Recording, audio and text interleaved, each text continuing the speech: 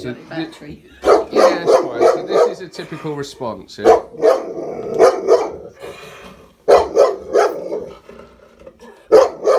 on, sit there, sit.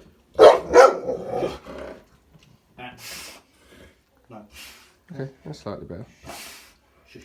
The only thing I would do is I'd stop stroking him at this moment in time, yeah, because any form of affection is a reward, yeah.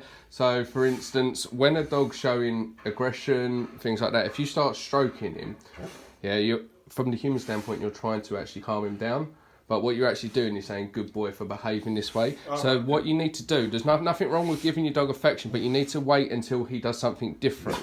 Yeah. So while he's staring like this, he can't receive any affection. He actually needs more discipline in this sense. The dog can calm down.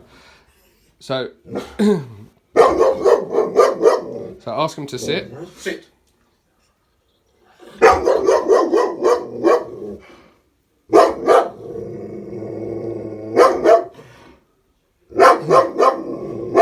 Tell him enough. Tell him enough. Enough. Quiet. That's it. Like you mean it. And wait. Just wait for a pause. Yeah. So again, enough. Quiet. Enough. But also, pop him behind you.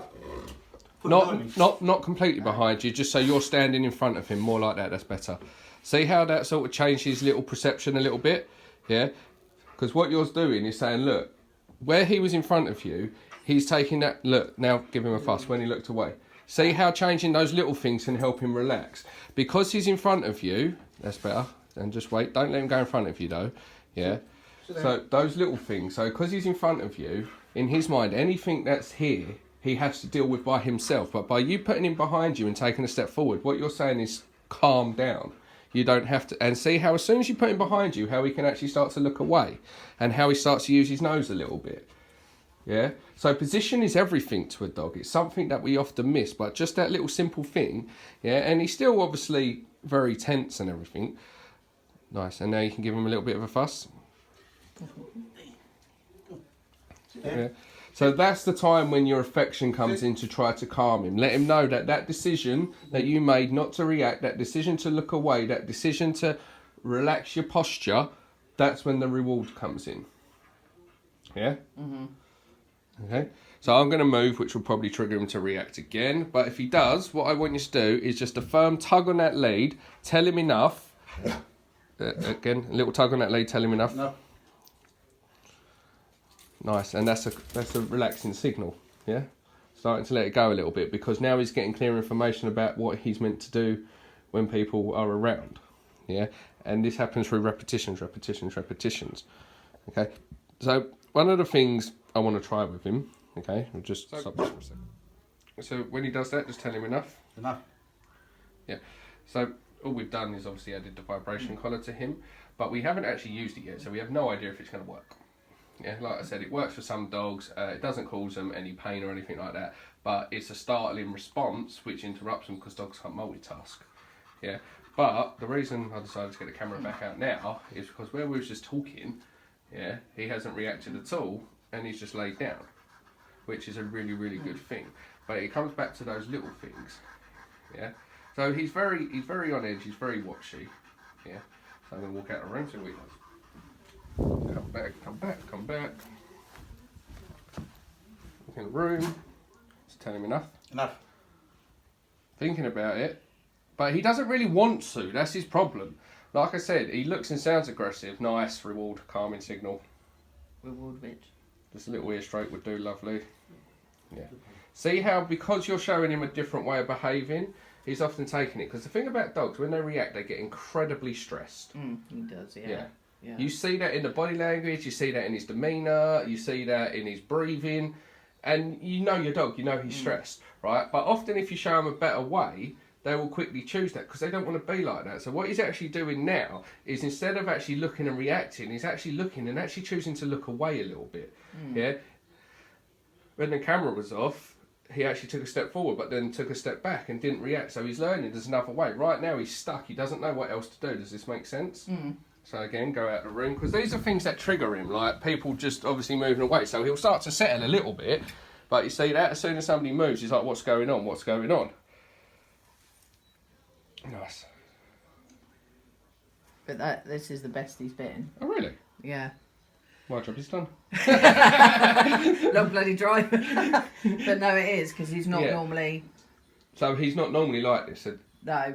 Okay, so... Well, we had guests here, Mhm. and it was like it started with, wasn't it? Right? And then we got to this stage, took the lead off, kept him muzzled. Yeah, of course. Don't trust Safety him. no, safety Yeah. first, Right. of course. And he'd already met the gentleman previously coming. Yeah. He was able to come in and give him treats and Oh, all cool. that, but he hadn't come in for a long while, so we didn't know how he was going to react with him. But he wasn't too bad, was he? No. He brought his wife with him, so never met him.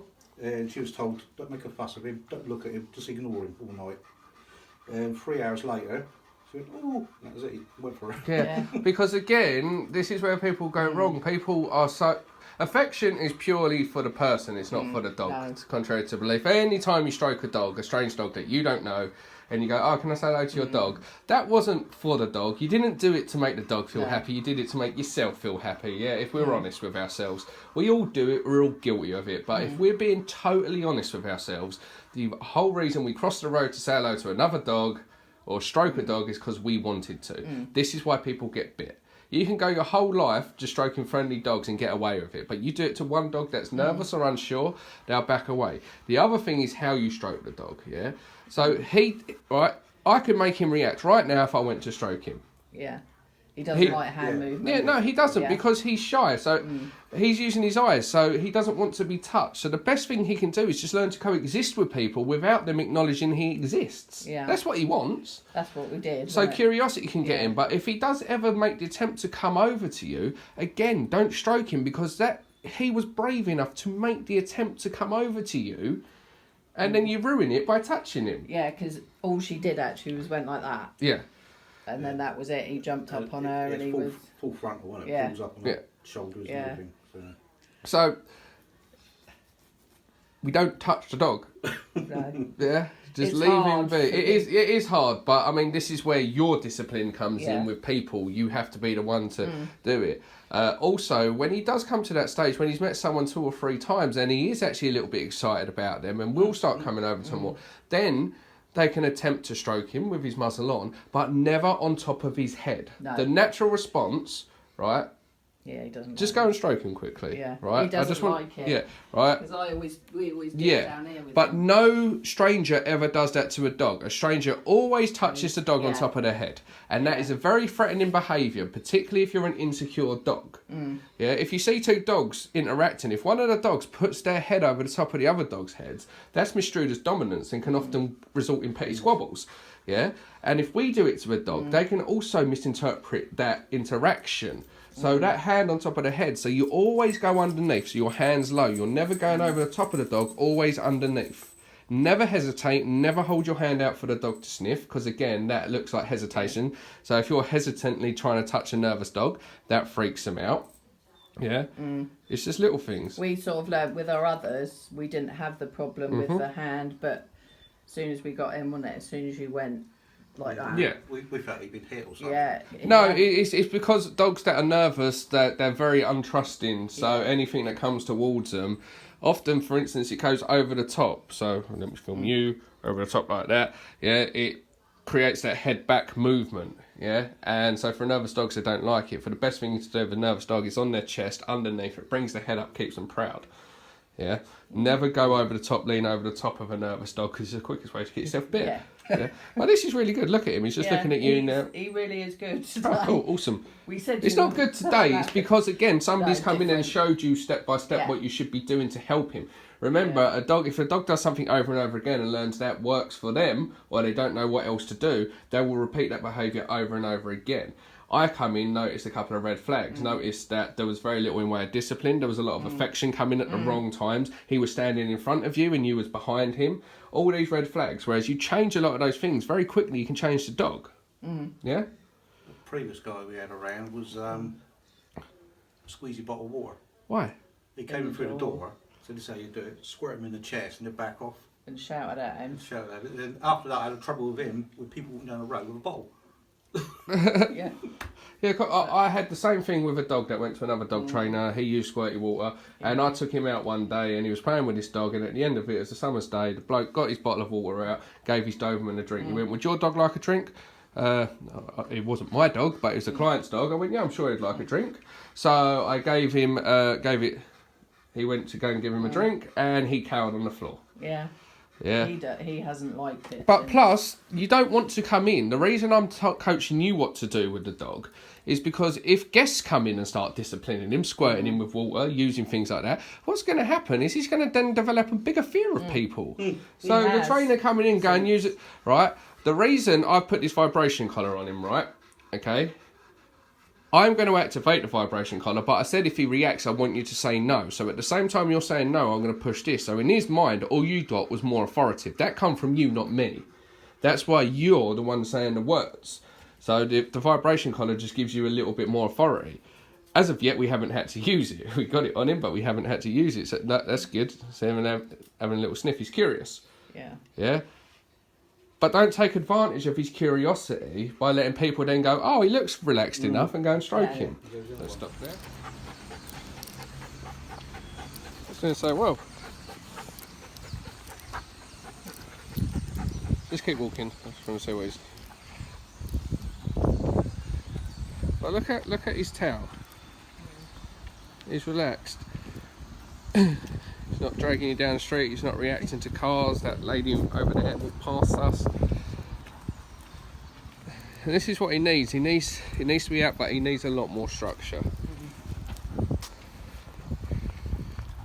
Good news is though, most of German Shepherds I work with that exhibit similar behaviour problems to him would struggle the fact that you're walking behind and not together. A lot of them I see, as soon as the couple separates a little bit, they start to freak out. But he's just walking nicely. Right, let's take him back inside.